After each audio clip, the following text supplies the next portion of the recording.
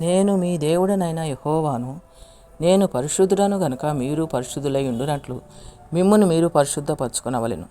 నేల మీద ప్రాకు జీవరాశులలో దేని వలనను మిమ్మును అపవిత్రపరచుకొనకూడదు అని వాక్యం సెలవిస్తుంది.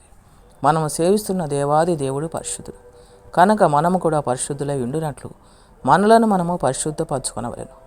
మనలను మనము ఎలా పరిశుద్ధపరచుకోవాలో కూడా వాక్యములు తెలియజేస్తున్నారు.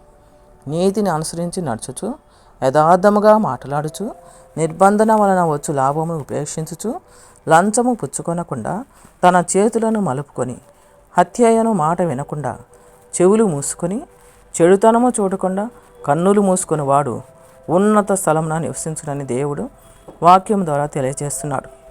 నీతిని అనుసరించి నీతిమంతులుగా జీవించాలని, యథార్థముగా మాట్లాడాలని, లంచములు తీసుకోకుండా చేతులు మలుపుకోవాలని, యథార్థముగా దేవునికి భయపడి జీవించాలని, చెడుతనము చూడకుండా కన్నులు మూసుకొని జీవించాలని, హత్య చేయడం పాపమని మనం అనుకుంటున్నాం. కానీ హత్యను మాట కూడా వినడము అపవిత్రమని, వినకుండా చెవులు మూసుకోవాలని వాక్యం సెలవిస్తుంది. ఈ విధముగా మనలను మనము పరిశుద్ధపరచుకొనవలను. అట్టి వారిని దేవుడు ఉన్నత స్థలంలో నివసింపజేస్తారు. తప్పక అట్టి వారికి ఆహారము దొరుకును, వారి నీళ్లు వారికి శాశ్వతముగా ఉండునని వాక్యం సెలవిస్తుంది. అంటే అపవిత్రులుగా, భక్తిహీనులుగా, దేవుని భయం లేకుండా జీవించే వారికి ఆహారము నీరు కూడా దొరకవని వాక్యం తెలియజేస్తుంది.